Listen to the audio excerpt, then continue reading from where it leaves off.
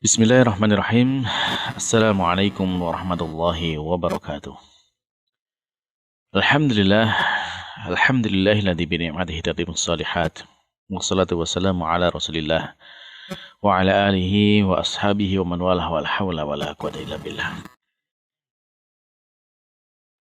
Alhamdulillah, para pemirsa Robbani TV yang dimuliakan Allah Subhanahu wa taala. Kembali kita harus bersyukur kepada Allah Subhanahu wa taala atas segala limpahan karunia dan nikmat-Nya kepada kita. Yang tentunya nikmat yang Allah berikan kepada kita sungguh luar biasa banyaknya. Tidak bisa kita menghitung betapa banyak nikmat yang telah Allah berikan kepada kita. Maka untuk itu juga sudah selayaknya bagi kita untuk senantiasa harus bersyukur kepadanya.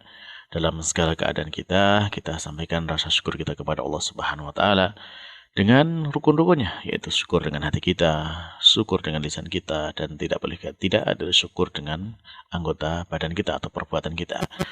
Nah, di antara bentuk syukur dengan perbuatan, yaitu kita manfaatkan semua nikmat yang Allah berikan itu untuk menambah ketaatan kepadanya, guna meraih ridhonya dan juga meraih cintanya dari Allah Subhanahu wa taala. Maka untuk itu para pemirsa sekalian yang dimuliakan Allah Subhanahu wa taala, ya marilah pada kesempatan kali ini ya kita bersama-sama ya melaksanakan perintah Allah Subhanahu wa taala untuk belajar mencari ilmu, khususnya ilmu agama, dan yang akan kita pelajari ini insya Allah termasuk ilmu agama yang sangat penting bagi kita, yaitu ilmu bahasa Arab. Yang tentunya dengan ilmu inilah kita berharap bahwasanya kita bisa memahami semua yang menjadi maksudnya Allah dan juga maksudnya Rasulullah Shallallahu alaihi wasallam. Baiklah para pemirsa yang dimuliakan Allah Subhanahu wa taala, ya kita masih melanjutkan pelajaran kita ya dari kitab Durusul Al-Arabiyyah li Ghairi Natiqin Biha karya Dr. Fi Abdurrahim, ya terbitan dari Islamic University of Madinah. Dan alhamdulillah pada pertemuan yang lalu kita sudah sampai kepada kitab jilid yang kedua, pelajaran yang kelima. Dan kita sudah masuk kepada latihan-latihannya sampai terakhir kemarin, sampai terakhir pada pertemuan yang lalu kita sampai kepada latihan yang ke-6. Nah, insya Allah pada kesempatan kali ini kita lanjutkan kepada latihan yang ke-7 dan seterusnya. Baiklah para pemirsa, ya silakan sekarang dibuka bukunya ya, halaman 33. Halaman 33. Nah, bagi yang belum ada buku ya bisa di-download dulu di link yang ada di deskripsi. Nah, kita lihat sekarang di halaman 33 latihan ke-7 yang bagian bawah ya. Di sana mu'alif menyampaikan kepada kita yaitu ta'ammal al-misalaini al-atiyaini. Ya, renungkan dua contoh berikut ini. Contoh yang pertama, mu'alif menyampaikan contoh kepada kita at-tullabu dhahabu ilal mal'abi. At-tullabu dhahabu ilal mal'abi. Sementara di bawahnya ada contoh kalimat dhahabat tullabu ilal mal'abi. Coba kita perhatikan para pemirsa. Ini kalimat yang semakna. Ya. Yang pertama, at-tullabu para siswa ya, para siswa dhahabu mereka telah pergi ilal mal'abi menuju ke tempat bermain. Di kalimat bawahnya dhahaba telah pergi, yaitu at-tullabu para siswa ilal mal'abi ya, ke tempat bermain. Baik, coba perhatikan di sana. Kalau kalimat yang atas ya at-tullabu diawali dengan kata at-tullabu. Nah, ketika kita melihat at-tullabu ini kata benda ataukah kata kerja? Ya, karena di sana ada alif lam di depan ya, maka jelas ini adalah sebagai kata benda atau isim. Nah, sehingga ketika dalam bahasa Arab kalimat yang dimulai dengan kata benda atau isim ini disebut dengan jumlah ismiyah atau kalimat yang diawali dengan kata benda.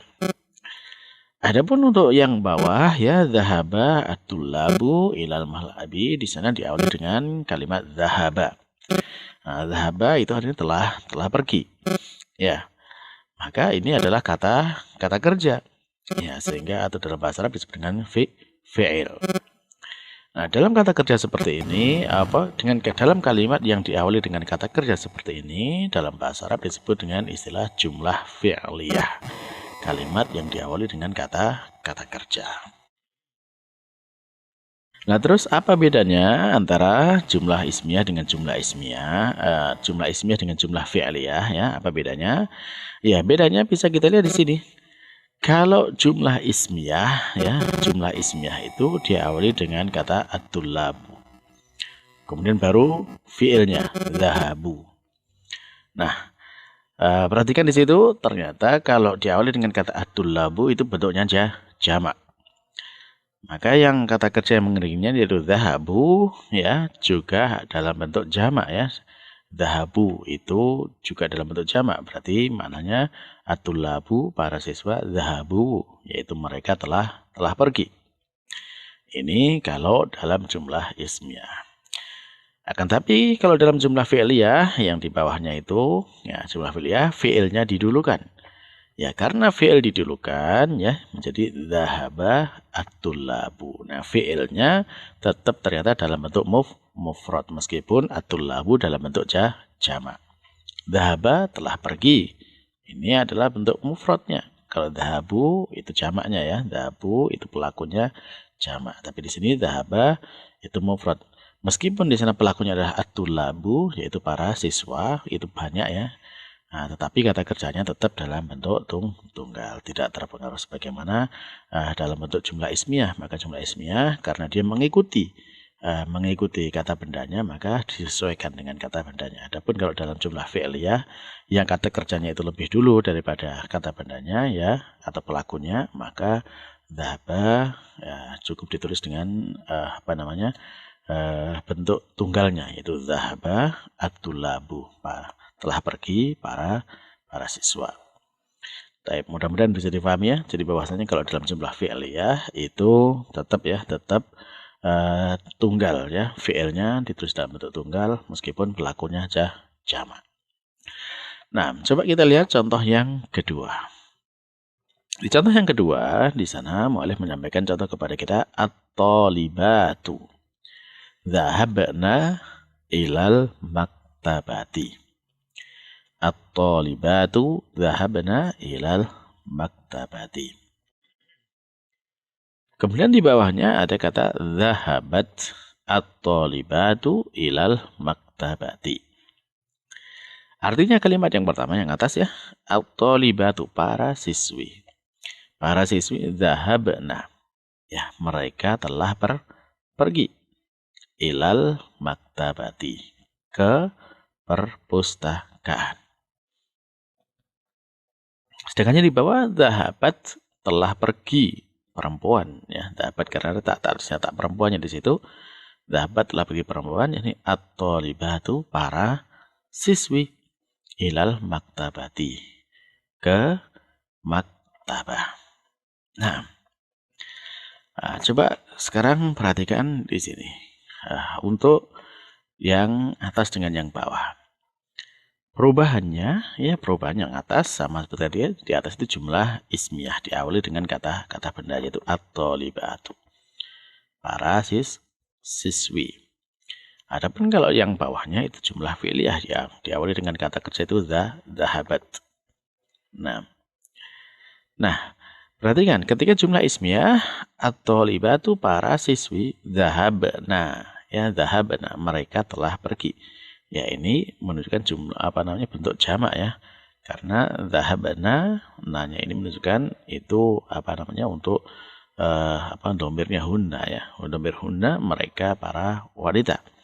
Ya, jadi at-talibatu dhahabna. Jadi sini fi'ilnya karena dia setelahnya isim maka mengikuti isimnya. Isimnya adalah jamak, maka fi'ilnya jamak. Adapun yang bawahnya dhahabat ya, dia kata kerjanya dhahabat, telah pergi para perempuan. Karena ada taknisnya tak perempuannya ya. At-talibatu yaitu para siswi. Nah, meskipun di sini para siswi itu jamak ya, banyak, tapi kata kerjanya dhahabat tetap dalam bentuk tunggal untuk perempuan. Nah, ilal maktabati ke maktabah. Nah, dari dua contoh ini bisa kita ambil kesimpulan bahwasanya untuk jumlah ismiyah yang diawali dengan kata kata kerja, diawali dengan kata benda, untuk jumlah ismiyah yang diawali dengan kata benda, ya maka di sana fiilnya atau kata kerjanya itu mengikuti isimnya ya, mengikuti isimnya, baik dari jenisnya laki perempuannya ya. Kan di sini ada adulabu dhahabu, berarti kan sama-sama laki-lakinya. Kemudian juga dari segi jumlahnya ya, sama-sama jamaknya gitu ya. Ya itu. Dan kemudian kalau jumlah fi'liyah ya di sana yang sama hanya jenisnya ya, jenisnya saja. Dhahaba itu laki-laki, adulabu laki-laki.